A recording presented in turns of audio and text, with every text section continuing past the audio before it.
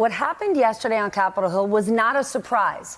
If you've been following the dark web, these plans and preparations have been everywhere. We have seen headlines like these for months leading up to yesterday's warning of increasingly violent rhetoric being used on far-right forums. Right here on your screen, across the board.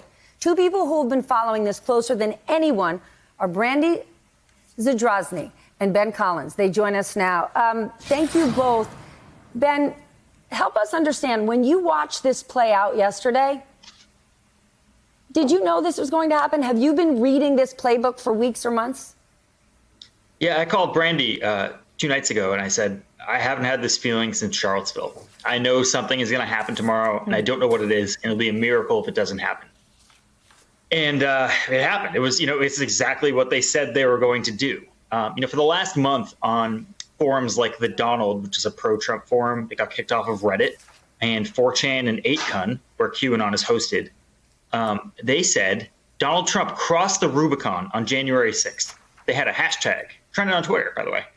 And the point of that was to, just like in Julius Caesar, cross the Rubicon, declare a dictatorship, kick off the Civil War. We will be there for you. We will storm the Capitol for you. They wanted a Civil War style, Robert E. Lee style leader. And they thought they found it in Donald Trump. And look, I don't know how much clearer they could have been. They flooded the internet with explicit directions for January 6th, and nobody listened. And it's kind of hard to hear the excuse that it's just the internet. It's not just the internet. This is real life. Ben, I think you're speaking truth to what is happening here. And it frankly gives me chills to hear you talk about it, right? The idea that you sort of had that feeling specifically because you're correct. This was bubbling up on the internet, right?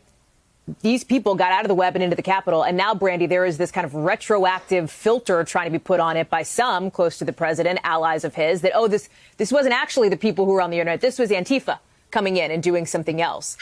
Obviously, that's not the case. The president, we should note, praised the rioters who had come in to the Capitol. He indicated his support for them, said, we love you and you're special. Go home, but we still like you. Talk about who these rioters actually are, Brandy.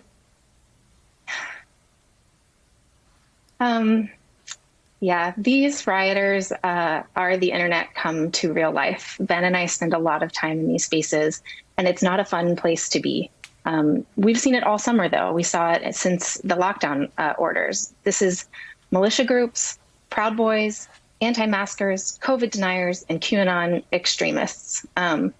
The woman who was shot and killed by police yesterday had a Twitter account and have a story coming on it soon that was just filled with tweets about QAnon and Pizzagate conspiracy theories.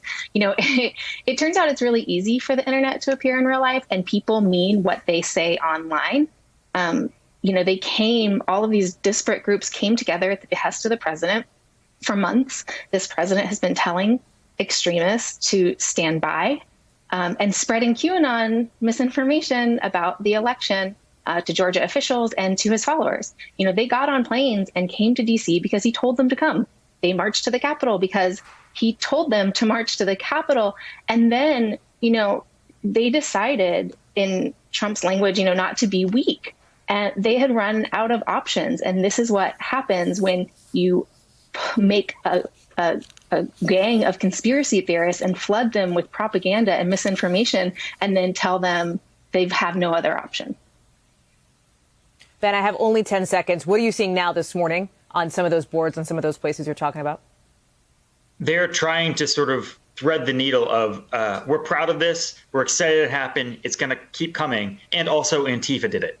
Now, I know what you're thinking. That's not possible. It's logically inconsistent. These people thrive on logical inconsistency. You're going to hear mixed messages. Okay. You're going to hear people saying like this didn't really happen while taking credit for it at the same time. Hey there, I'm Chris Hayes from MSNBC. Thanks for watching MSNBC on YouTube. If you want to keep up to date with the videos we're putting out, you can click subscribe just below me or click over on this list to see lots of other great videos.